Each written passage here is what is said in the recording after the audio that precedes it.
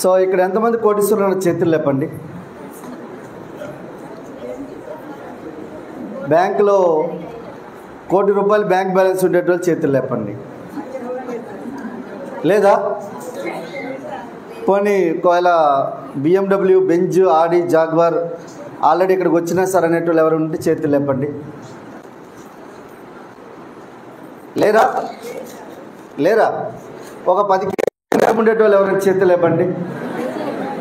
లేరా? ఇవన్నీ లేవనుకునంటే నా మాట ప్రతి ఒక్కరూ విని ఆచరించాల్సిందే అన్నట్లకి ఇవన్నీ నా దగ్గర ఉన్నాయి. యాక్చువల్లీ 10 కేజీలు లేదు, 2 కేజీలు బంగారం ఉంది. ఎందుకంటే కొనాలి, ఎందుకంటే నేను ఎక్కువ నాకు అగ్రికల్చర్ ల్యాండ్ అంటే చాలా ఇష్టం, అందుకని కొనిపడేస్తాను నేను.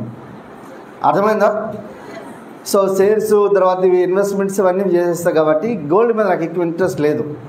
అందుకే గోల్డ్ ఎక్కువ ఏం వేసుకోను నేను. కనీసం రింగ్ కూడా వేసుకోను. చూడండి కావాలంటే చేతులు ఖాళీగా ఉన్నాయి చూడండి, ఏం వేసుకోను. ఎందుకు అనుకున్నానంటే నాకు ఇష్టం లేదు గోల్డ్ అంటే. ఎందుకంటే గోల్డెన్ లాంటి నా వైఫే ఉంది, నాకు గోల్డ్ ఎందుకు. ఒకసారి ఎందుకు అనుకోనంటే, సో నా పేరు పురుషోత్తమ దాసు, నేను పోలీస్ డిపార్ట్మెంట్లో 14 సంవత్సరాలు చేశాను. సో 14 సంవత్సరాలు చేసినాను. నాకు అర్థమైంది జాబ్లో జీతం వస్తుంది కానీ జీవితం అయితే రాదు అనే విషయం నాకు అర్థం కావడానికి ఒక 2 సంవత్సరాలు పట్టింది. ఈ 2 సంవత్సరాలు నాకు ఏం అర్థమైంది అనుకున్నంటే, ఒరే జాబ్ వచ్చినాక మంచి పెళ్ళం వస్తుంది అన్నారు, వచ్చింది. మంచి జీవితం వస్తుంది అన్నారు, జీవితం అయితే రాలే. ఎందుకంటే 5వ తారీఖున జీతం అంతా ఖాళీ అయిపోతుంది. మిగతా 25 రోజులు భవతి భిక్షాందేహి ఇదే కథ నడుస్తుంది. ఎన్ని రోజులు? 2 సంవత్సరాల నుంచి ఇదే నడుస్తుంది కథ. నాకు అర్థమైంది జాబ్ వచ్చినాక నాకు గల్లా పెట్టి నిండిపోద్ది. జాబ్ వచ్చినాక నేను ఊర్లో ఏదేదో కొనేద్దాం అనుకున్నా, అవన్నీ రకరకాల చిన్నప్పటి నుంచి ఎవరికో డబ్బులు లేని వాళ్ళకి చదివిద్దాం, ఎవరికైనా ఇబ్బందుల్లో ఉన్న వాళ్ళకంటే వాళ్ళకి హాస్పిటల్లో ఏమైనా అత్యవసర ఖర్చులు ఉంటే మనం ఖర్చు పెడదాం, దాన ధర్మాలు చేసేద్దాం, గుడులు కట్టించేద్దాం, లేదనుకుంటే అమ్మ నాన్నలకి పెద్ద పెద్ద కార్లు తిప్పించేద్దాం, ఒక సిటీకి ఒక ఇల్లు కట్టించేద్దాం అని చెప్పి ఇవన్నీ ఆలోచనలు ఉండేవి నాకు చిన్నప్పటి నుంచి. కానీ నాకు విషయం ఏంటంటే 5వ తారీఖు తర్వాత నా సిచ్యువేషన్ ఎట్టుండేది అనుకునంటే, 5వ తారీఖు నుంచి 10వ తారీఖు వరకు శరం ఉండేది. తర్వాత 10 నుంచి 20 తారీఖు ఆ శరం కాస్త నరం అవుతుండేది. తర్వాత 20 నుంచి 30 వరకు హారం అవుతుండే. అది కొద్దిగా ఉర్దీ పదాలు, అవి మీకు అర్థం కాదేమో. ఎంత కష్టంగా ఉండేది అనుకునంటే, ఒక్క 10 రూపాయలు కావాలనుకునంటే ఆ 10 రూపాయలు కూడా నేను బయటికి తీయాలనుకుంటే చాలా కష్టంగా నేను ఖర్చు పెట్టేటోడిని. ఒక్కొక్క సిచ్యువేషన్లో ఎట్లాంటి సిచ్యువేషన్ అనుకునంటే, ఒక 5,000 ఎక్స్ట్రా ఉంటే చాలు, నా జీవితమే బాగుపడిపోద్ది కదా. 5,000 10,000 ఉంటే చాలు. ఎందుకు అనుకునంటే దాని గురించే నేను ఏం చేశాను అనుకునంటే, హార్డ్వేర్ నెట్వర్కింగ్ అనేది నేర్చుకున్నాను నేను. పోలీస్ డిపార్ట్మెంట్లో ఎందుకు నేర్చుకున్నారు సార్ అనుకునంటే, ఒక చిన్న రీజన్ చెప్తా చూడండి. డిపార్ట్మెంట్లో మనం బల్ల కింద చేపెట్టే రకం కాదు కాబట్టి 2 సంవత్సరాల్లో 7 పోలీస్ స్టేషన్లు నన్ను చేంజ్ చేశారు. అర్థమవుతుందా? ఇప్పుడు మీకు ఒకప్పుడు నిజాయితీగా ఉన్నది అనుకోనంటే మంచి పోలీస్ స్టేషన్ పోస్టింగ్ ఇచ్చేటోళ్ళు. ఇప్పుడు నిజాయితీ లేకపోతే పోలీస్ స్టేషన్ చేంజ్ చేసి ఇంకో పోలీస్ స్టేషన్ వేసేస్తారు. ఎందుకంటే ఇప్పుడు చాలామంది వర్క్ చేసేటోళ్ళకి బాగా తెలుసు, ఎవరైతే అథెంటికేట్గా హానెస్టీగా పనిచేసేటోళ్ళు ఉన్నారో ఇమీడియట్గా వాళ్ళని తీసి పక్కన పెట్టేస్తారు. ఒకవేళ మంచి సీఎం ఉన్నాడనుకో నిలబెడతారు, సీఎం మంచిగా ఉన్నాడనుకో అక్కడ నిలబడగలుగుతారు, లేదంటే మంచి ఆఫీసర్ ఉన్నాడనుకో పైన వాడు నిలబెడతాడు. సో అట్లా నాకు 7 పోలీస్ స్టేషన్ 2 సంవత్సరాలు నాకు చేంజ్ చేశారు. అంటే ఒకసారి ఆలోచించండి, నేను తీసుకునేటోని కాదు, ఎవరికీ తీసుకునేది ఇచ్చేటోని కాదు. సో ఇట్లాంటి సిచ్యువేషన్ ఎట్లుంటుంది? ₹1 వీడు నాకు చాలామంది ఇన్స్పెక్టర్ డైరెక్ట్ నా ముఖం పట్టుకొని చెప్పారు, నువ్వు పోలీస్ డిపార్ట్మెంట్లో పనికి రావని చెప్పేటోళ్ళు. ఎందుకు అనుకుంటే డిపార్ట్మెంట్ అంటేనే ఫస్ట్ ఆఫ్ ఆల్ బల్ల కింద చేయబెట్టాలి. చాలా ఎక్కువ పర్సెంటేజ్ ఎక్కువ ఉండేది డిపార్ట్మెంట్లో, ఎందుకంటే వాళ్ళని భయపెట్టి తీసుకుంటారు. ఇప్పుడు రెవెన్యూ ఆఫీసులు అనుకోండి, అక్కడ ఒక సర్టిఫికేట్ వస్తుంది కాబట్టి డబ్బులు ఇచ్చి సంతోషంగా తీసుకుంటాడు. పోలీస్ డిపార్ట్మెంట్లో నీకు భయపెట్టి తీసుకుంటాం, అవునా కదా? అర్థమవుతుందా?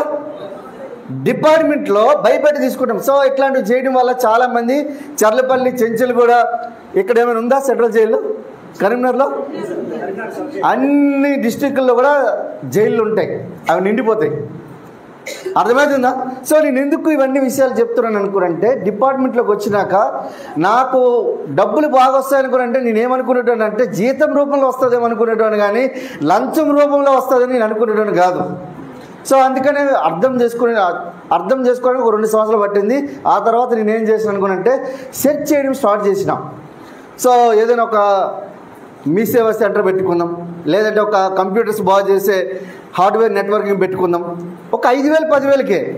ఇప్పుడు చాలామంది ఇక్కడ ఉన్నారు, బాగా చదువుకునే వాళ్ళు ఉన్నారు, వాళ్ళకి జీతం సరిపోక రకరకాల part time jobs, part time పనులు, లేదంటే ఒక పార్ట్ టైంగా చిట్టీలు వేయడం, ఇట్లాంటివన్నీ చేస్తూ ఉంటారు.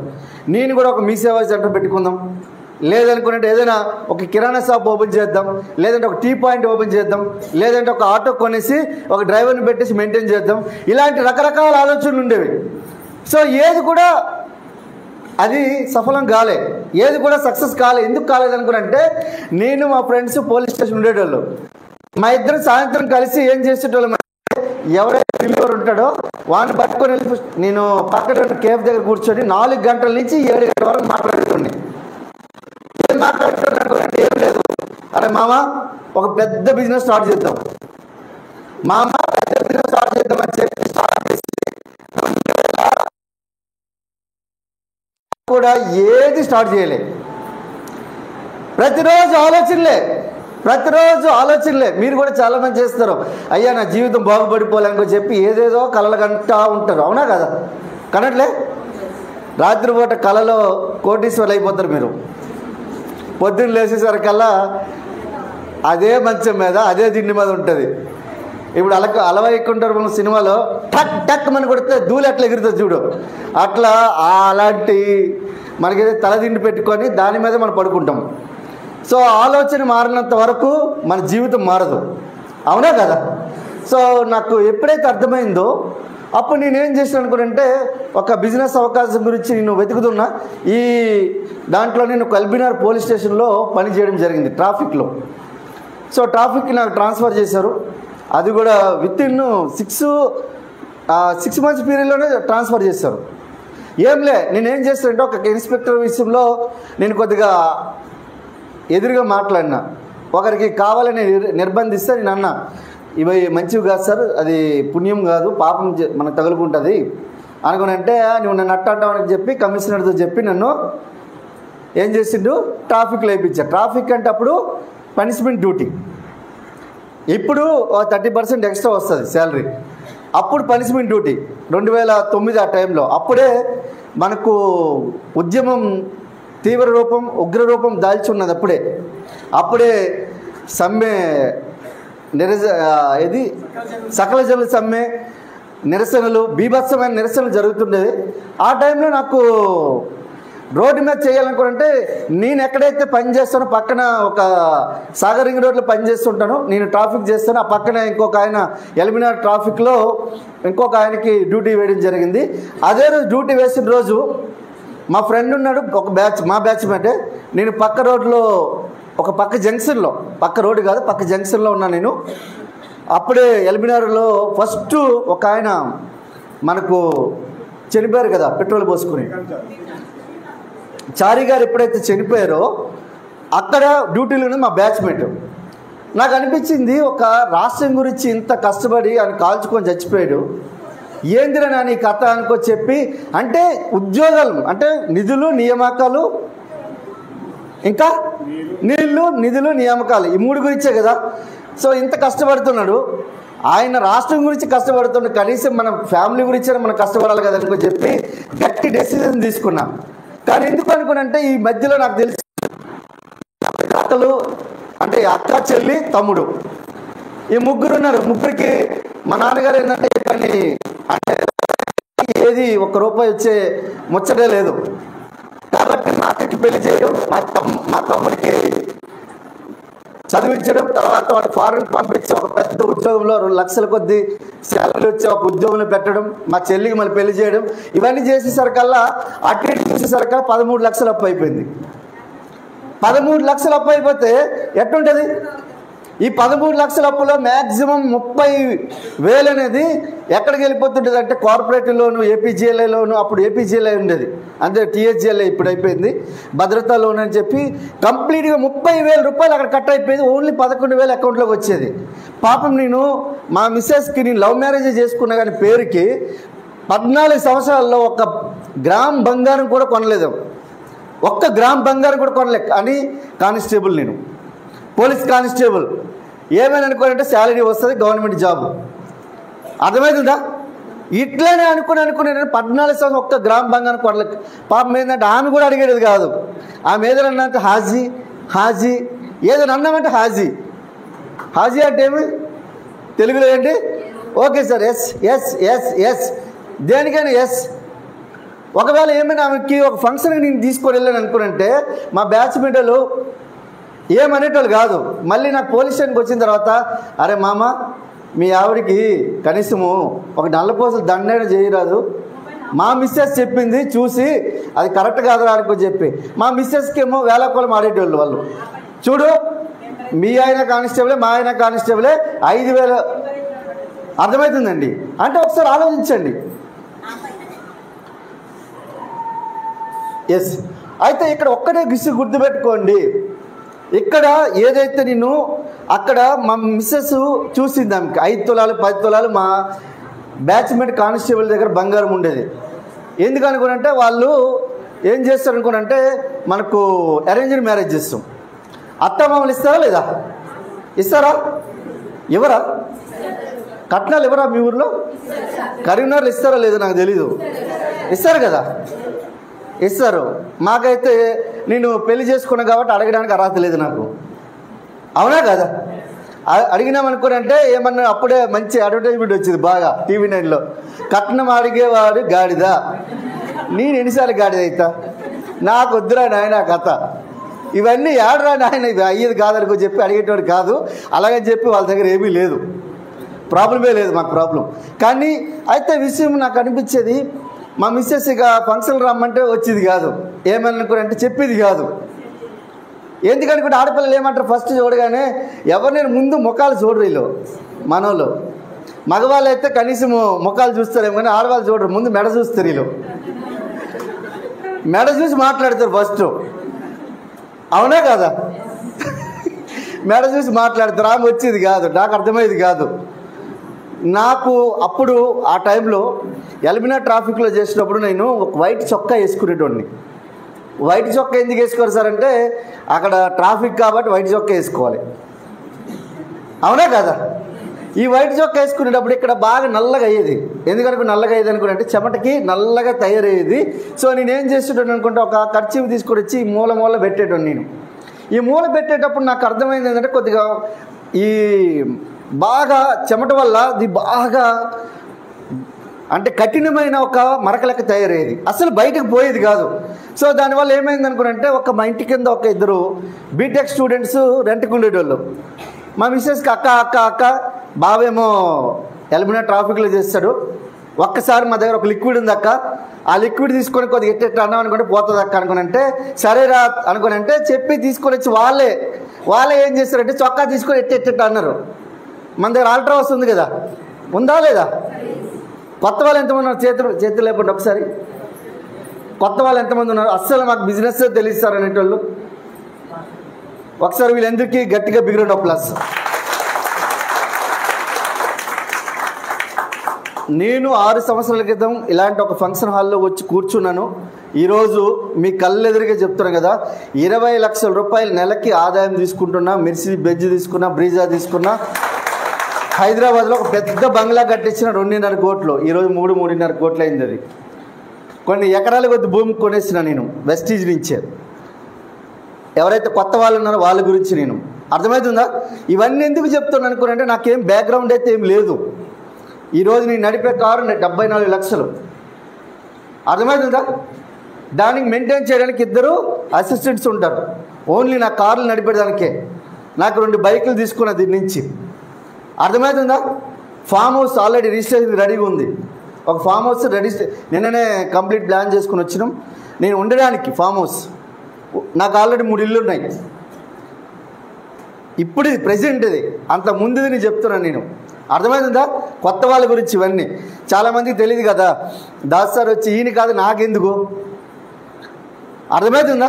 శివాజీ కథ విన్నామనుకో, ఏదైనా అరే నాయన ఒక మతాన్ని నిలబెట్టడానికి, ఒక ధర్మాన్ని కాపాడడానికి ఏదో కష్టపడ్డాడు, లేదనుకోనంటే ఇంకెవరిదో చరిత్ర అనుకుంటే వింటే బాగుంటుంది. నా చరిత్ర వింటే మీకేమొస్తుంది? ఏమొస్తుంది? ఇప్పుడు ప్రభాస్ కథ విన్నారనుకో, మీరు కలికి అవుతారా లేదా? అవుతారా? కారు. ఇప్పుడు రామ్ చరణ్ కథ విన్నారనుకో గేమ్ చేంజర్ అవుతారా? అవుతారా? కానీ పురుషోత్తం దాస్ కథ విన్నారనుకో 2 సంవత్సరాల్లో మీరు కూడా 20 లక్షలు ఇన్కంలో మీరు కూడా ఇక్కడ వచ్చి కూర్చొని మాట్లాడతారు. జస్ట్ 2 సంవత్సరాలు చూస్తే చాలు. నన్ను 2 సంవత్సరాలు నన్ను చూసి 2 సంవత్సరాలు నాకు షేక్ హ్యాండ్ ఇవ్వగలిగితే చాలు 5 లక్షల ఇన్కంలోకి ఉంటారు. ఎందుకంటే ఈరోజు కోటీశ్వరుల్ని 70 మందిని తయారు చేసిన నేను. 70 మందిని కోటీశ్వరులు తయారు చేశాను.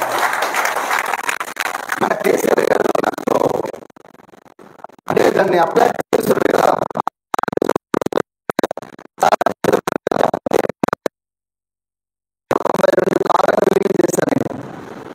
300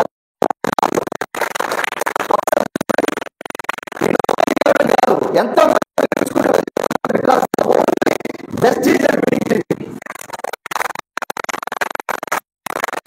అందుకే వినాలి. వినడం దేని గురించి అనుకున్నట్టు కనీసం ఒక కారు తీసుకోండి, 1 లక్ష రూపాయలు తీసుకోండి, ఒకే 1 లక్ష రూపాయలు తీసుకోండి. మీ జీవితం ఎంత మారిపోద్దా కదా? 1 లక్ష రూపాయలు వచ్చినా అవి తీసుకొని 2 సంవత్సరాలు కరెక్ట్గా మీరు పక్కన పెట్టినా 2-3 ప్లాట్లు కొనుక్కోవచ్చు. అవునా కదా?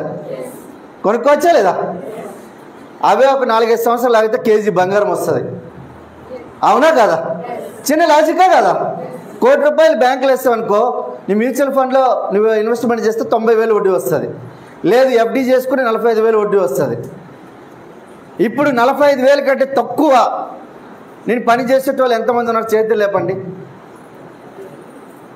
45,000 కంటే తక్కువ గురించి పనిచేసే వాళ్ళు చేతులు లేపండి. ఒకసారి వీళ్ళందరికీ గట్టిగా బిగ్రౌండ్ అప్లాస్. వీళ్ళకి అందరికీ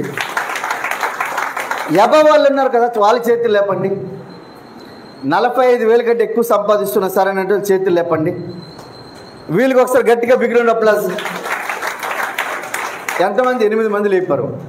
ఎంతమంది అంటే ఇప్పుడు ఒకసారి చూడండి, మనకు ₹1,00,000 ఇన్కంలో మనం లేము. ₹1,00,000 ఇన్కమ్ సంపాదించి కరెక్ట్గా నువ్వు సంవత్సరం మొత్తంలో 12 లక్షలు సంపాదిస్తే ఈ ప్రపంచవ్యాప్తంగా మన జనాభాలో ఓన్లీ 4,000 మంది మాత్రమే ఉన్నారు. ఓన్లీ 4,000 మంది ఉన్నారు. సార్ చాలామంది ఉన్నారు కదా. చాలామంది కదా ఉన్నారంటే ఇదే రిపోర్ట్. 20 లక్షల రూపాయలు సంపాదించేటోళ్ళు సంవత్సరం మొత్తం మీద 4,000 మంది ఉన్నారు. మరి మిగతా వాళ్ళు సార్ అనుకోండి, టాప్ మీకు గుర్తుపెట్టుకోండి, ఒక్కొక్క వ్యక్తికే కొన్ని లక్షల కోట్ల ఆస్తులు ఉంటాయి. మనం అనుకుంటే ఒక్కడికే ఉంటాయి. అవి 1%లోనే ఉంటుంది. అంతా మనీ అంతా 1%లోనే ఉంటుంది.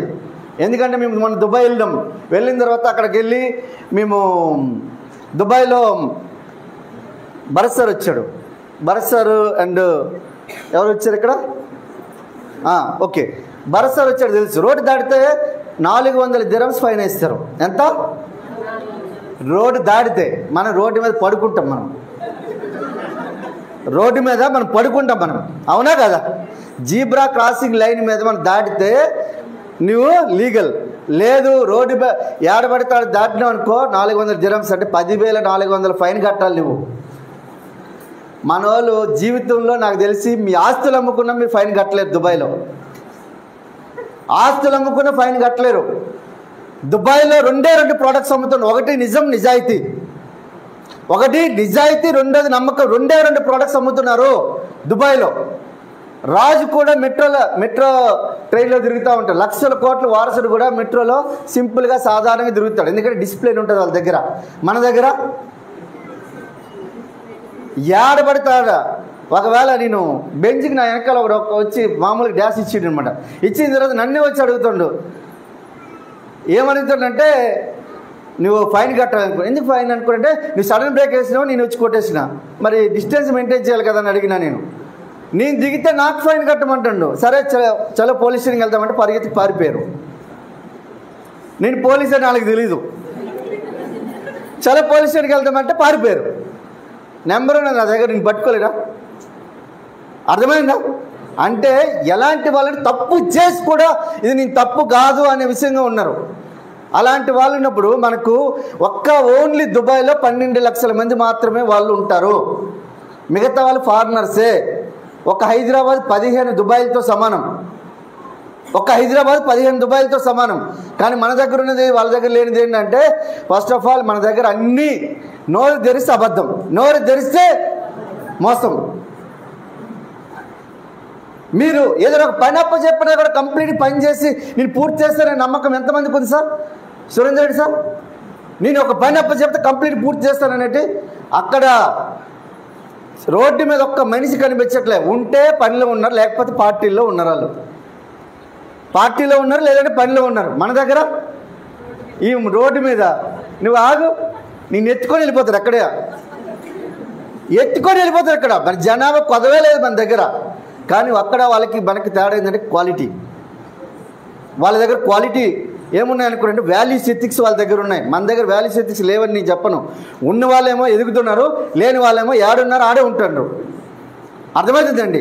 సో ఇవన్నీ ఎందుకు చెప్తున్నాను అనుకుంటే, ఈ అవకాశం నేను సెట్ చేసే క్రమంలో నాకు ఆ వైట్ చొక్కా ఉంది కదా, ఆ వైట్ చొక్కా తెల్లగా అయింది.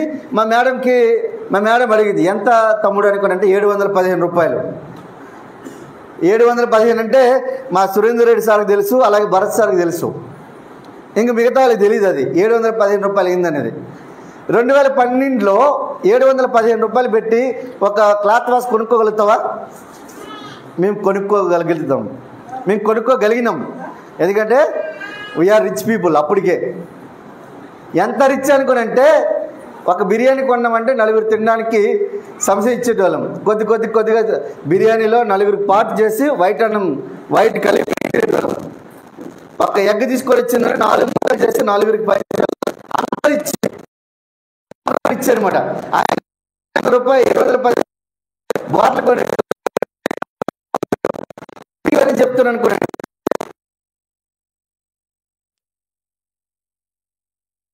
డబ్బులు ఇస్తానని చెప్పిన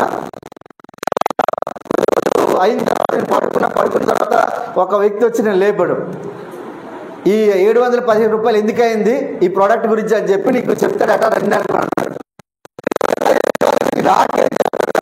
అంటే, లేదు ఈ బిజినెస్ గురించి చెప్తాడని చెప్పి కూర్చోబెడితే నేను కూర్చున్నాను, విన్నాను, బాగుంది, పెట్టుబడి లేని వ్యాపారం బాగుంది అనుకో చెప్పి విన్నాను.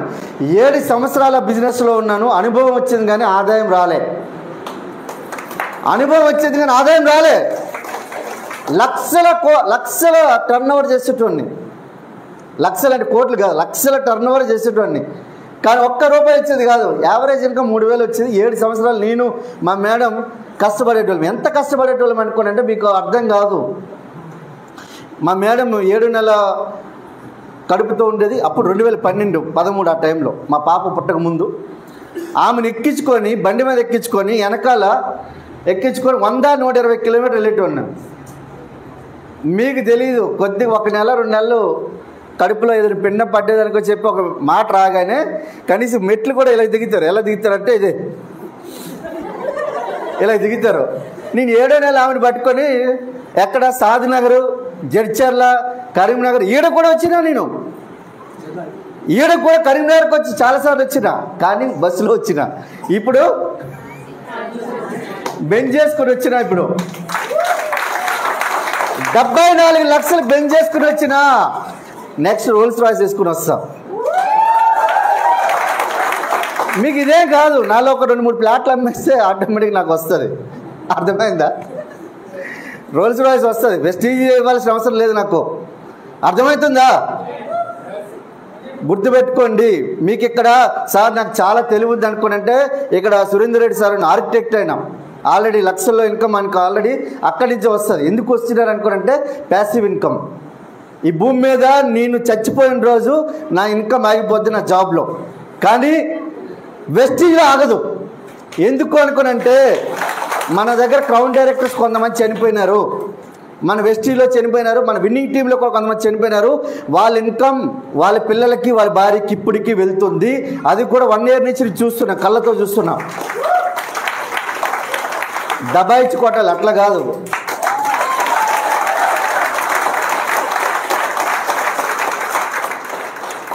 అయితే అనిపించింది ఇండస్ట్రీ బాగానే ఉంది, కానీ కంపెనీ సరిగా లేదేమనుకో చెప్పి అనిపించింది. ఎందుకనుకోనంటే ఏదైనా ఒక కంపెనీలో 2 సంవత్సరాలు చేస్తామంటే రిజల్ట్ రాలేదంటే ఒకసారి పునరాలోచించుకోవాలి.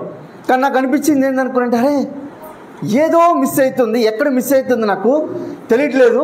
కానీ నేనేం చేసిన, ఒక 7 కంపెనీలని సెర్చ్ చేసిన. టాప్ 7 కంపెనీస్, మన ఇండియాలో టాప్ 7 కంపెనీస్లో ఎక్కడైతే సక్సెస్ ఎక్కువ ఉందో అక్కడ సెర్చ్ చేయడం స్టార్ట్ చేసినాం. ఆ సెర్చ్ చేసినప్పుడు నాకు అనిపించింది, ఒక కంపెనీ దగ్గర అప్పటికే 4000 మంది కార్ ఇచ్చేవారు ఉన్నారు. 4000 మంది. నేను ఒక కంపెనీ చూసిన 715 రూపాయలు అల్ట్రావాస్ ఏదైతే అలాంటిది ఏదైతే ఉందో ఆ కంపెనీలో తిప్ప చూస్తే 1000 మంది లేరు. కార్లు కొన్నోళ్ళే లేరు. అక్కడ కార్లు అమ్ముకున్నారు. కార్లు కొన్నోళ్ళు కాదు, కార్లు అమ్ముకున్నారు. అర్థమైందా? కార్లు అమ్ముకున్నారు ఆడ. ఇక 4000 మంది కారు ఇచ్చేవారు 2018లో. 3000 మంది ఆల్రెడీ 1,00,000 కంటే ఎక్కువ సంపాదించిన ఉన్నారు. ఒరే నేను ఈ కంపెనీ చాలా స్ట్రాంగ్ ఉంది, మరి మన వరకు ఎందుకు రాలేదనుకుని అంటే, మనం గుర్తుపెట్టుకోండి, దరిద్రం డిస్కో డ్యాన్స్ చేస్తే లక్ష్మీ దేవతను మనం ఇంటికి ఆహ్వానించలేము. అర్థమైందా? మన దగ్గరికి రావాలనుకుంటే రాదు. మన పుణ్యబలం మన దగ్గరికి వచ్చి అనుకుంటే వస్తుంది. ఎందుకంటే 2012 నుంచి 18 వరకు కన్న కట్టిల్లో కాలుచ్చాం. ఎంత ఇబ్బంది అనుకునంటే, ఒక్కో సిచ్యువేషన్ రైస్ బ్యాగ్ లేకపోతే మా ఫ్రెండ్ ఉండేటోడు శ్రీనివాస్ ఒడ్డేమనని, ఏదని అనుకోనండి చెప్తారు కదా ఆయన. ఎట్లా అనుకోనంటే, నేను ఈ రోజు వరకు మన ఎంటైర్ నాకు ఒక 5 లక్షల టీం ఉంది, 5 లక్షల మందిలో ఎవరికైనా చెప్పి ఏదైనా ఒక పని చెప్పిన అనుకుంటే, మా మిస్సెస్ తర్వాత సరే సార్ అనే చెప్పగలిగే ఒక ఫ్రెండ్ ఉన్నాడు. ఆయన ఎవరుగా శ్రీనివాస్ ఒడ్డేమన్. చూడండి, ఆయన ఇన్కమ్ లాస్ట్ మంత్ 10 లక్షలు. ఒక్కసారి చూడండి, సాంగత్యం చేస్తే ఎంత బాగుంటుంది. సత్సంగత్వే నిస్సంగత్వం, నిస్సంగత్వే నిర్మోహత్వం, నిర్మోహత్వే నిశ్చలతత్వం, నిశ్చలతత్వే జీవనభుక్తి. సో దీని గురించి మళ్ళీ మీకు చెప్తా తర్వాత. ఇది చాలా పవర్ఫుల్. అర్థమవుతుందా? మనుషుల యొక్క సాంగత్యం వల్ల ఒక వ్యక్తి ఎలా బాగుపడతాడనే దాని గురించి. అయితే నేనేమంటున్నంటే, ఈ బిజినెస్ 2018లో ఆగస్టు 3వ తారీఖున నేను యూట్యూబ్లో చూస్తున్నా. యూట్యూబ్లో చూస్తుంటే ఒక ఆయన వచ్చి 3వ తరగతి చదువుకున్నా నేను, నా పేరు తంగిలిపల్లి శ్రీనివాస్, నేను ఈ బిజినెస్లో 60,000 సంపాదిస్తున్నా, క్యాబ్ డ్రైవర్ అన్నాడు.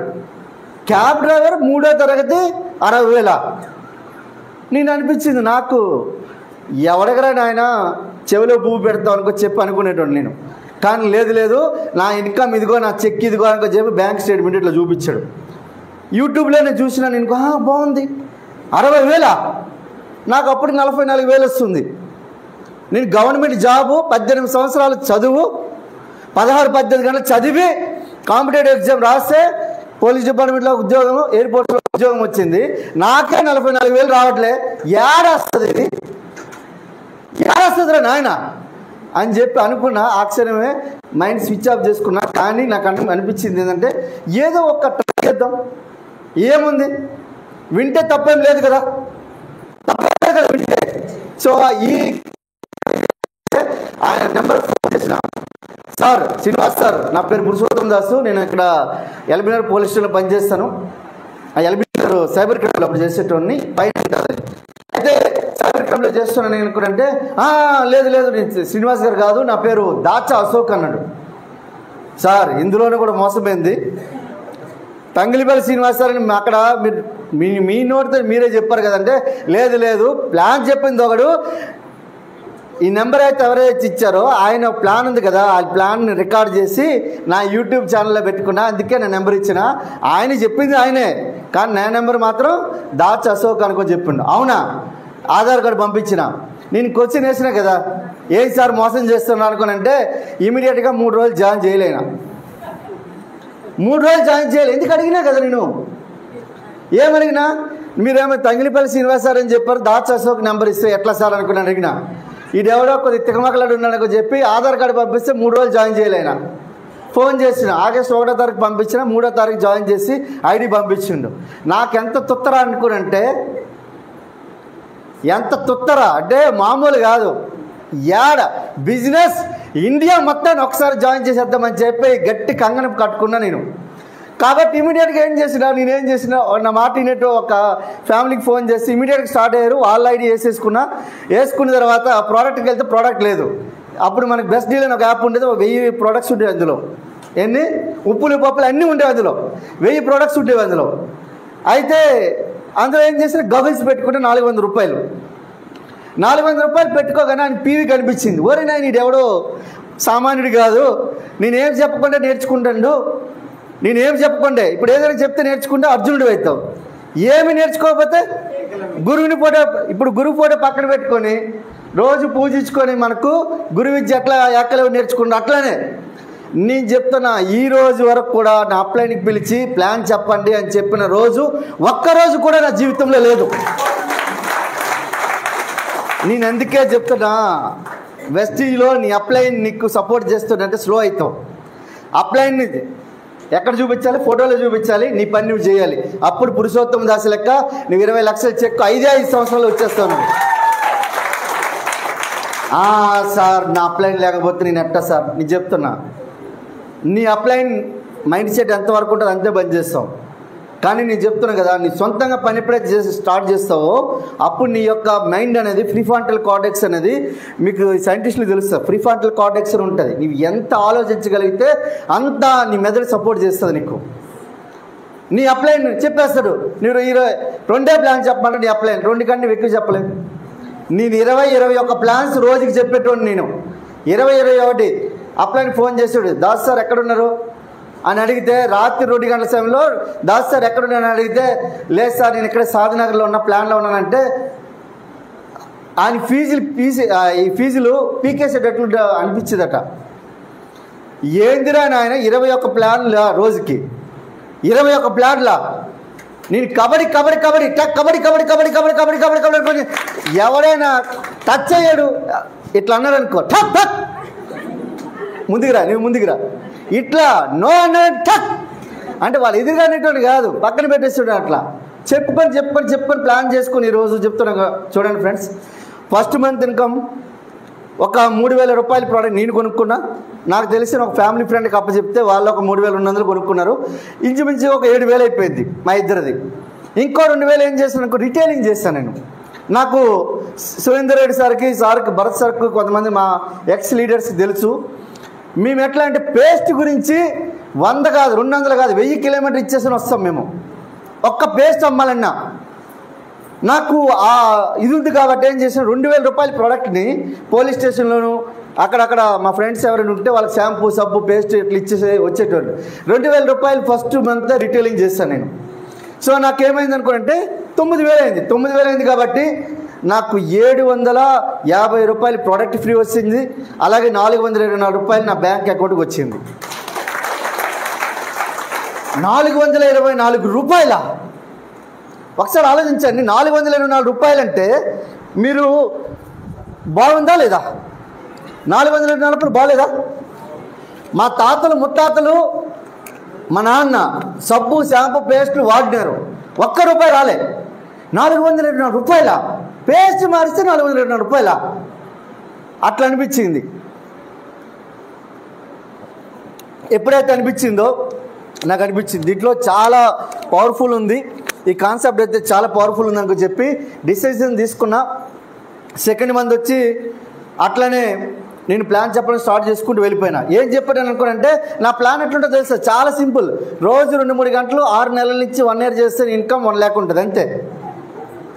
ఇదే ప్లాను. నువ్వు ఎక్కువ చెప్పినావు అనుకో అవతల నీకు డౌట్ల మీద డౌట్లు అడుగుతాడు. సింపుల్గా చెప్పాలి. రోజు 2-3 గంటలు 1 to 2 years చేసినామంటే 1 lakh ఇన్కమ్ అంతే. ఎట్లా వస్తాయి అనుకునంటే సండే రోజు ఒక పెద్ద మీటింగ్ జరుగుతుంది ఫిల్మీ భవన్లో. మన భరత్ గారు లాంటి వాళ్ళు, లేకపోతే కేసీఆర్ లాంటి గారు లాంటి వాళ్ళు, మన శ్రీనివాస్ గారు లాంటి వాళ్ళు, సురేందర్ రెడ్డి సార్ లాంటి వాళ్ళు, ఎవరో ఒక లీడర్ వచ్చి ఇక్కడ మాట్లాడతారా లేదా? మనకంటే మంచి ఎక్స్పర్ట్స్ వచ్చి మాట్లాడతారా లేదా? నువ్వు సండే రోజు రా కూర్చో, నాకంటే మంచి ఎక్స్పర్ట్ వచ్చి చెప్తాడు. ఆ ప్లాన్ విన్న తర్వాత ఎక్కడ సంతకం పెట్టాలంటే సొక్క మీద సంతకం పెట్టాలనే టట్లు తయారవుతారు. వారు అట్లా చెప్తారా లేదా? ఇప్పుడు భరత్ సార్ ఒక ఫైర్తో ఇలా తిరుగుతుండా లేదా? ప్లాన్ తిరిగారా లేదా?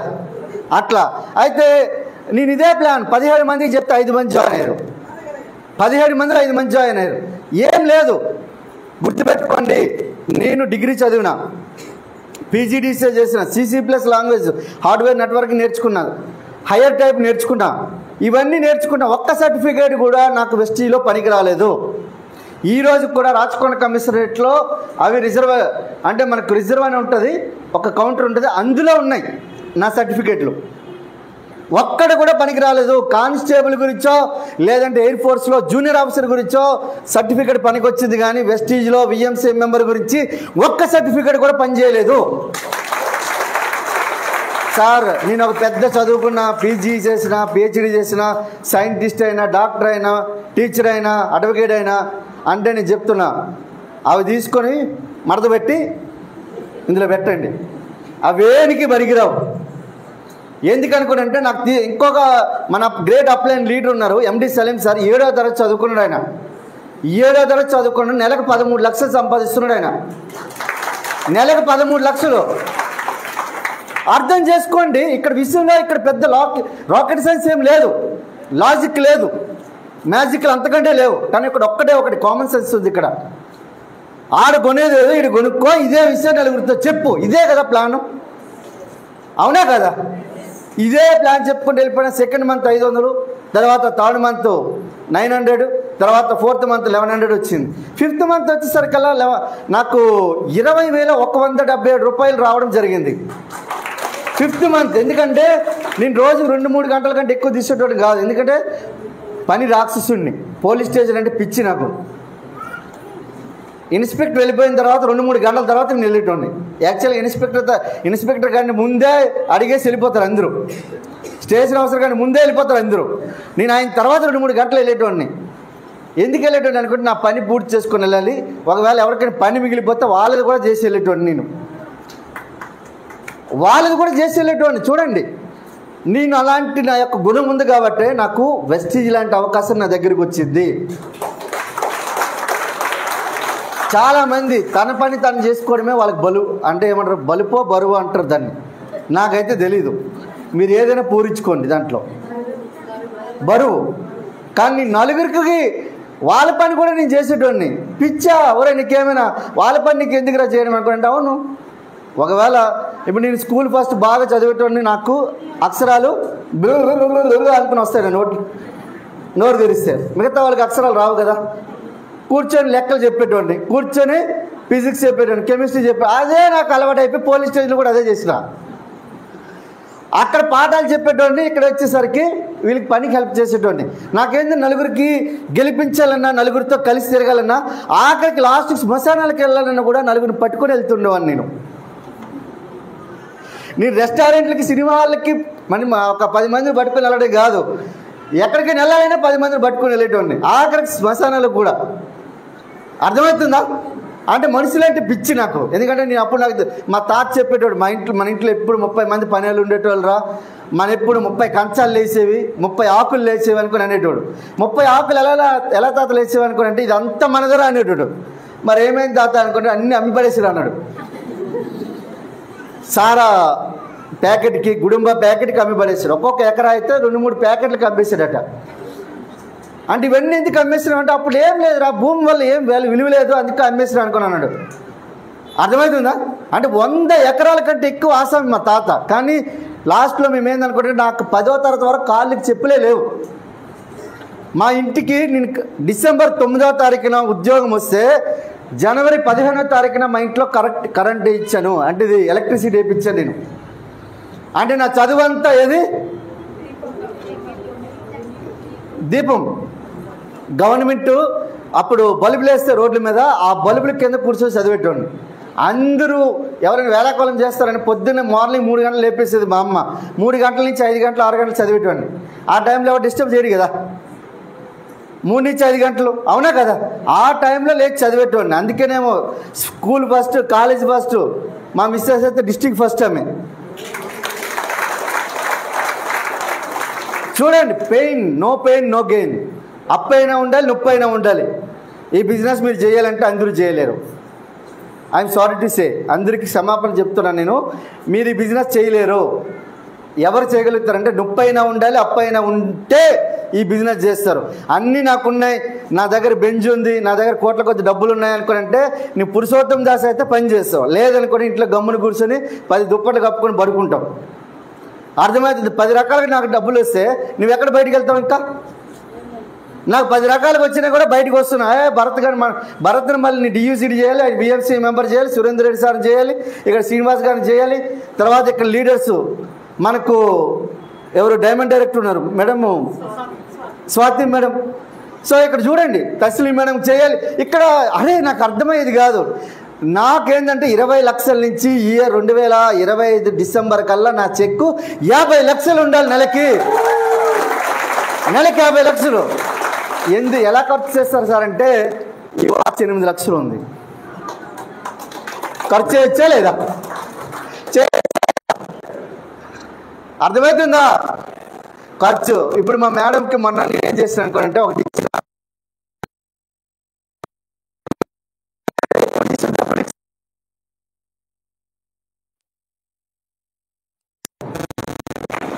ఇవ్వలే 4,000 దిరమ్స్ ఇచ్చాను నేను. 4,000 దిరమ్స్ అని ఇచ్చిన 1,30,000 అంతా ఉంటుంది. ఆమెకి ఇస్తే నాకు తిరిగి ఇవ్వలే. ఎప్పుడూ నాకు తిరిగి ఇచ్చేసేది, ఎందుకంటే ఆమె ఖర్చు పెట్టేది కాదు. ఈసారి ఏం చేసింది అనుకున్నట్టే 3 వాచ్లు కొనేసుకుంది. దుబాయ్లో 3 వాచ్లు. ఒకసారి చూడండి, డ్యూటీ ఫ్రీ అట, అక్కడ ట్యాక్సీలు ఏం పడవు. 3 వాచ్లు కొనుక్కున్నది. ఇంక నువ్వేమైనా దిరమ్స్ నీ దగ్గర బాకీ ఉంటే నాకు చెప్పు అన్నది. నేను అన్నా నువ్వు 4,000 నాకు మిగిలిపోతాయి, నేనేమో ఎయిర్పోర్ట్లో మార్చుకుందామని చెప్పి నేను అనుకుంటున్నా. నేను 4,000 కాస్తే నాకు ఏం లేవని చెప్పింది నాకు. అర్థమవుతుందా? మరి బంగారం ఏమైనా తీసుకుందాం అనుకుంటే బంగారం అక్కడ తీసుకున్నాం అనుకో, మళ్ళీ ఇక్కడికి వచ్చినాక మన జిఎస్టీ కట్టుకుంటే మనకు దేశానికైనా ఉపయోగపడుతుంది, ఆ దేశానికి ఉపయోగపడుతుంది కదా. అక్కడ డ్యూటీ ఫ్రీ కాబట్టి నువ్వు వాచ్లు కొనేసినాం. అంటే నేను చెప్తున్నా, ఒక ఎగ్జాంపుల్ ఎందుకు చెప్తున్నాను అనుకునంటే, ఒకానొక సిచ్యువేషన్లో 1 గ్రామ్ బంగారం కొనలేని వ్యక్తిని ఎవ్రీ మంత్ నేను 200 గ్రాముల నుంచి 300 గ్రాములు కొంటాను. అంటే 20 నుంచి 30 తులాలు ఎవ్రీ మంత్ కొంటాను నేను. ఎలా కొనగలుగుతున్నాం సార్ అంటే, నాకొక్కటే కాదు, నాకు ఈ వెస్టీజ్ నుంచి వచ్చే ఆదాయము ఒక్క ఐడియా కాదు, 2 ఐడి ఫ్యామిలీ ఐడి ఉంది. అందులో నాకు ఎల్ఓబీలు వచ్చే ఐడి 2 ఐడి కూడా ఉంది. అర్థమవుతుందా? 100 షేర్స్ కంటే ఎక్కువ ఉన్నాయి నాకు. ఒక్కొక్క కంపెనీలో, లార్జ్ క్యాప్ కంపెనీల్లో 100 షేర్స్ కంటే ఎక్కువ ఉన్నాయి ఒక్కొక్క కంపెనీలోనే. పెద్ద పెద్ద టాటాలోను, రిలయన్స్లోను. తర్వాత నాకు ఓన్గా సవర్జిన్ బాండ్స్ ఉన్నాయి. మీకు తెలీదు అవి ఇన్వెస్ట్మెంట్లు, మీకు తెలియదు కూడా తెలియదు, ఆ పదాలు కూడా వినుండరు మీరు. ఆడి నుంచి నాకు డబ్బులు వస్తాయి. జీడి తోట ఉంది, మామిడి తోట ఉంది, కొబ్బరి తోట ఉంది. మననే ఊరికి వెళ్ళినప్పుడు వీడియో కూడా పెట్టినాను నేను. నిన్ననే ఒక దాన్ని ఏమంటారు పూరి ఫామ్ హౌస్ వెళ్ళి మాట్లాడినా. ఈరోజు యాక్చువల్ రమ్మన్నారు, కానీ నేను కరీంనగర్లో నా గురించి చాలామంది వెయిట్ చేస్తున్నారు. వాళ్ళు కరీంనగర్ నుంచి కరోడ్పతి తయారు చేద్దామని చెప్పి నేను రేపు వెళ్తున్నాను చెప్పినా నేను. కానీ ఇక్కడ ఒక మ్యాటర్ ఏంది ఉంది అనుకోనంటే, ఈ 21,000 ఇన్కమ్ ఎప్పుడైతే వచ్చిందో, 20,177 రూపాయలు ఎప్పుడైతే వచ్చిందో, అప్పుడు నాకు ఒక ఫోన్ వచ్చింది. నాకు దేవుడి నుంచి ఫోన్ వచ్చినట్లు లెక్క. నాకు అది ఎవరో కాదు, మా గ్రేట్ అప్లైన్ ఎండి సలీం సార్ కాల్ చేశారు. ఫోన్ చేసి కంగ్రాచులేషన్ దాస్ సార్ అన్నాడు. సార్ ఎవరు మీరు అనుకోనంటే, నేను ఎండి సలీం సార్, మీ అప్లైన్. అవునా సార్, థ్యాంక్ యూ సార్ అన్న. నేను మీకు కంగ్రాచులేషన్తో పాటుగా ఇంకో విషయం కూడా చెప్పబోతున్నా అన్నాడు. ఏం సార్ అనుకోనంటే, ఏం లేదు సార్, ఒక పెద్ద ఫంక్షన్ జరగబోతుంది, మీ 20,000 కాస్త 1,00,000 రూపాయలు కావాలంటే అక్కడ మీకు నేర్పిస్తారు. 20,000 లక్ష అవుతుందా? 20,000 ఎక్కువ సార్, నాకు 1,00,000 రూపాయలు ఏడొస్తాయి, 1,00,000 రూపాయల గురించి నాకెందుకు సార్ అన్నా నేను. లేదు సార్, 1,00,000 రూపాయలు మీరు రావాలంటే అక్కడ రావాలి. అవునా, సరే సార్ అని చెప్పిన.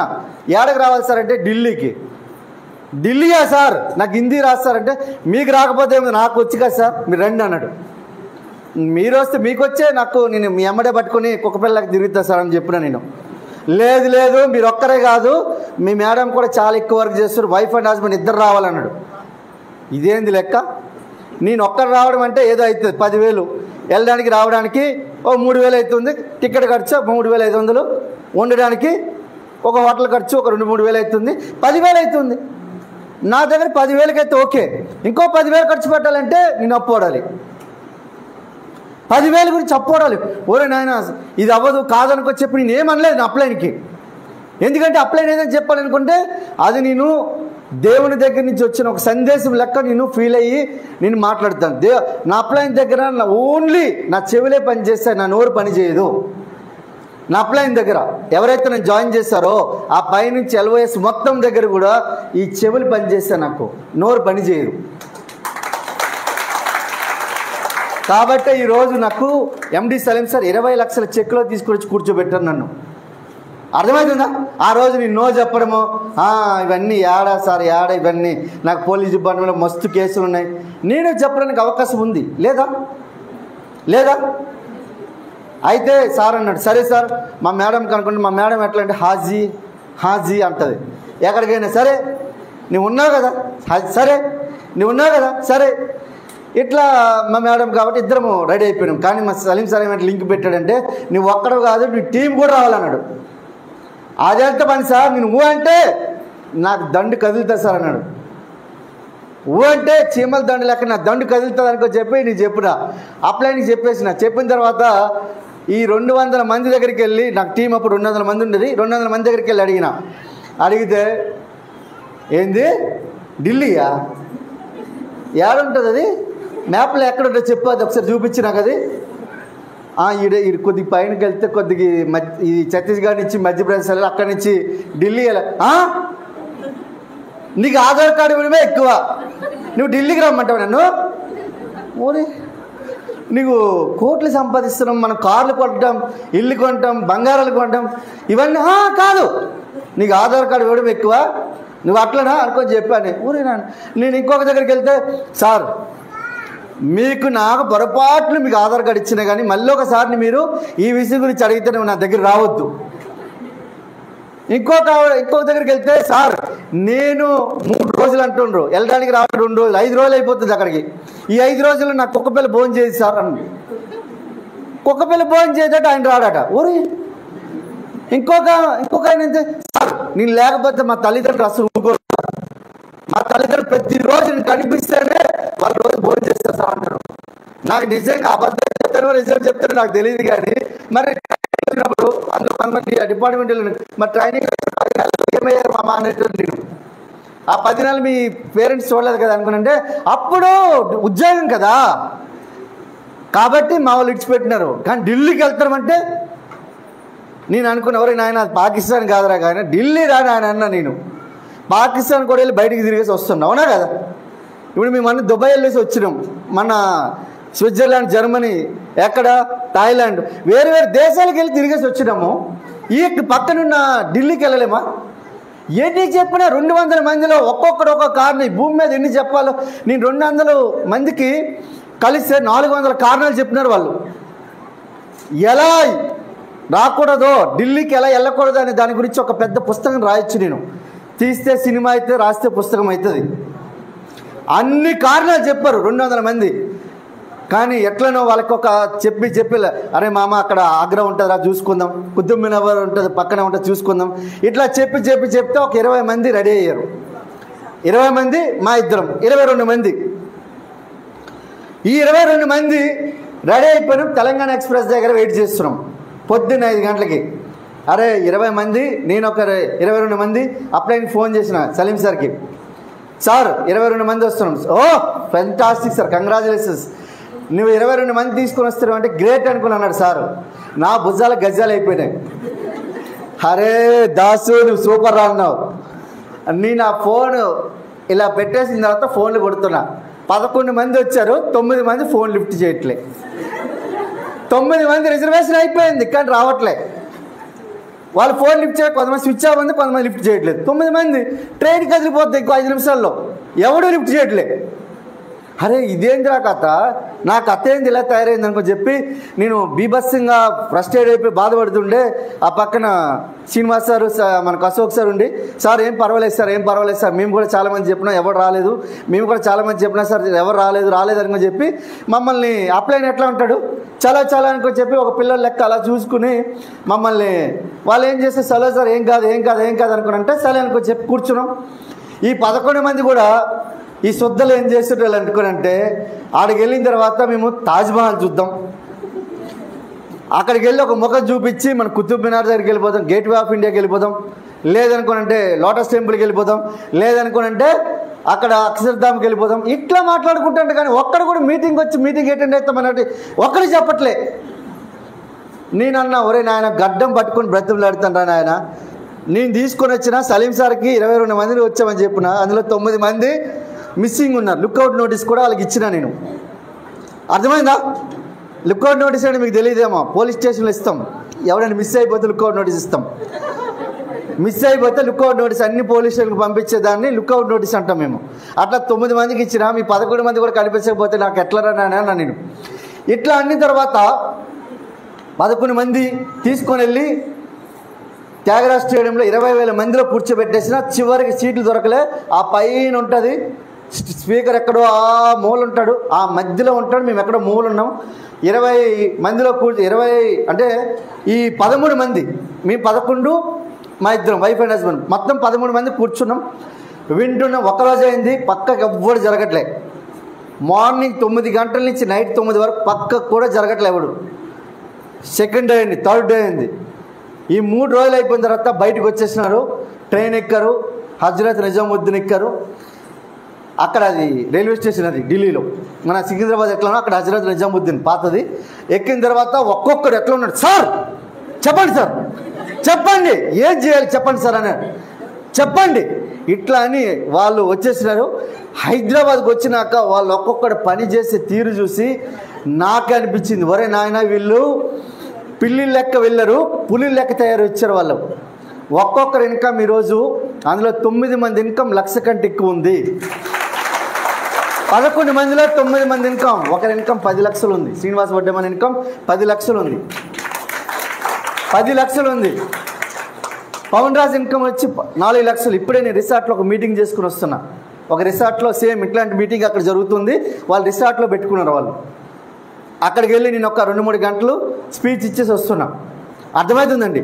సో అట్లా 2 లక్షల ఇన్కమ్ గౌతమ్ అని చాలామంది ఇట్లా వచ్చేసినారు. అయితే విషయం ఏంటంటే ఇప్పుడు ఈ 9 మంది ఈ రోజు కూడా ఫోన్ లిఫ్ట్ చేయరు. ఎందుకు అనుకునే, దరిద్రం డిస్కో డ్యాన్స్ చేసి ఫస్ట్లో వీడు ఎట్లయినా నాశనం అవుతాడా అనుకో చెప్పి చూసేటోళ్ళు. ఈరోజు వాళ్ళు ఫోన్ చేయాలంటే వాళ్ళు సిగ్గుకి ఫోన్ చేయలేకపోతుంది. ఎందుకంటే నేనేం చేస్తున్నా, ఫోటో తీసి ఇన్స్టాగ్రామ్లో వేయగానే, ఫేస్బుక్లో వేయగానే, ఒరే నేను కానిస్టేబులా వీడు, లేకపోతే పుట్టుకతో కోటీశ్వరుడా అనే విధంగా తయారైపోయినా నేను.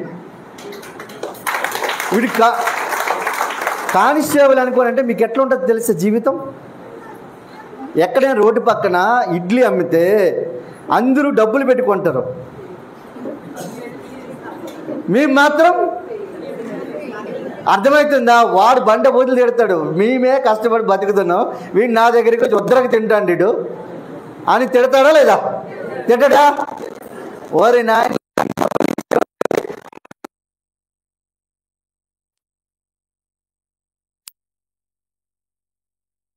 అనుకునంటే నేను అందుకే లాస్ట్కి మా బ్యాచ్ వాళ్ళని తీసుకొని వెళ్ళి నేను తినేటోడిని కాదు, సింగిల్గా వెళ్ళి తినేసి డబ్బులు ఇచ్చేసి వచ్చేటోడిని. నాకు ఎందుకు అనుకునంటే ఒకటి యొక్క డబ్బులు మనకు అక్కర్లేదు, ఒకటి పాపాన్ని మనం మూట కట్టుకోవాల్సిన అవసరం. ఎందుకంటే నేను కళ్ళతో చూసాను చాలామందికి, నా కళ్ళతో నా చేతితో 5 లక్షల రూపాయలు మధ్యవర్తి ఇక్కడ తీసుకొని ఇంకో దగ్గరికి ఇంకో ఆఫీసర్కి ఇచ్చినప్పుడు, ఆ వ్యక్తిని నేను చెంచులు జైలుకి పంపించినప్పుడు నీ కళ్ళతో చూసిన వాళ్ళని లోపల ఎవరైతే నేరస్తులు ఉంటారో మామూలు కొట్టలే, చిత కొట్టేటోళ్ళు. మామూలు ఎవరైనా నీ పోలీసుడు నీ పనికి మళ్ళీ పని చేస్తావరా అనుకొని చెప్పి, లంచం తీసుకుంటావా అని. రోడ్డు మీద అడుక్కునేవాడికి లంచం అడుక్కునేవాడికి పెద్ద తేడా ఏం లేదనుకో చెప్పి అనేటోళ్ళు. నాకు అనిపించింది ఆ క్షణం నాకు, అరే నాయన డబ్బులు విషయం జోలికి వెళ్ళలేదు, బల్ల కింద చేయబెట్టలేదు. ఈ విషయం నాకు ఎప్పుడైతే అనిపించిందో, నేను ఈ 11 మంది ఉన్నారు కదా, అర్థమైందా? ఈ 11 మందిలో ఇప్పుడు ప్లాన్ చేసుకుని నెక్స్ట్ మంత్ వర్క్ చేసిన 2019లో నేను ఏదైతే 11 మంది తీసుకెళ్ళానో, 2020లో కరోనా వచ్చింది, కానీ సేకండ్ ఎవడు ఇచ్చుకోవట్లేదు. కానీ 1000 మంది ఢిల్లీకి తీసుకెళ్ళినా నేను. 1000 మంది ఢిల్లీకి తీసుకెళ్ళిన, 11 మంది తీసుకెళ్ళడానికి నానా రకాల సంకలనం నాకాల్సి వచ్చింది. అంటే అట్లని తప్పులు చేయలే, కానీ ఎందుకు అనుకున్నంటే 1000 మంది తీసుకెళ్ళాలంటే ఎన్ని నోళ్ళు ఉంటాయి మధ్యలో. కానీ ఈరోజు అందులో నుంచి ఈరోజు 392 మంది కార్ ఇచ్చివర్స్ వచ్చారు. 392 మంది కార్ ఇచ్చివర్స్ వచ్చారంటే ఒకసారి ఆలోచించండి సార్. ఒక్క నో చెప్పగానే ఏదో ప్రపంచం మునిగిపోయినట్లు ఫీల్ అయిపోతాం మనం. ఒక్క నో చెప్తే ప్రపంచమే పోతుంది అన్నట్టు ఫీల్ అవుతాం మనం. చెప్పండి, నెక్స్ట్ టైం నేను 1000 మందిని మళ్ళీ తీసుకెళ్ళాను నేను ఢిల్లీకి. కరోనా సిచ్యువేషన్ అప్పుడు సెకండ్ ఫేజ్ ఉంది. అప్పుడు మళ్ళీ నేనేంటంటే కరోనాలో ఫ్యామిలీ నేను జరగదు, ఆన్లైన్లో జరుగుతుంది అనుకునంటే ఒక థియేటర్ బుక్ చేశాను నేను. థియేటర్ బుక్ చేసి మొత్తం అందులో థియేటర్లో కూర్చోబెట్టేసిన నేను. అప్పుడు కూడా వేలల్లో కూర్చోబెట్టి చేస్తే ఫ్యామిలీ నేను అప్పటికి మన గ్రేట్ చీఫ్ అంటే డాక్టర్ ఎస్పి బాలాజీ సార్ చూశారు. ఒరే నాయన 1000 మందిని కూర్చోబెడుతుండీడు, అదేదో హైదరాబాద్లో చేసేస్తే అయిపోద్ది కదా అనుకో చెప్పి సార్ డెసిషన్ తీసుకొని 2021 నుంచి ఇప్పుడు వరకు ఫ్యామిలీ నేను కంటిన్యూస్గా 2 సెషన్లు చేపిస్తున్నాం మనం ఇక్కడ.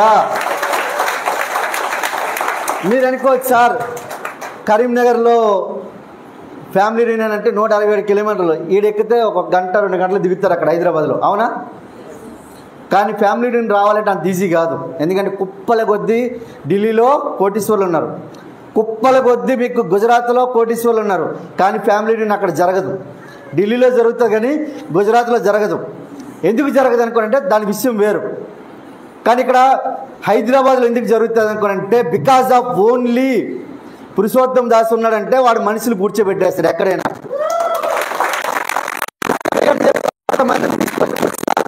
మీరు చెప్పండి నింపేస్తాను, నేను పడుకోను. వాడి టీంని ఎట్లా తయారు చేస్తాడు, ఉండేటోళ్ళు తయారు చేస్తారండి. సో అర్థమవుతుందా? నాకు ఒక్కరి డబ్బులు వస్తారంటే 20 లక్షలు వచ్చేది గొప్ప ఏం కాదు, కానీ 70 మందికి లక్షలు వస్తుంది. జీవితాంతం గుర్తుపెట్టుకోవాలి, అవునా కదా? కానీ ఈరోజు 3 తరాల లైఫ్ స్టైల్ మనకు మార్చేస్తుంది వెస్టీజ్. మరి వెస్టీజ్కి మనం ఎంత రుణపడి ఉండాలి?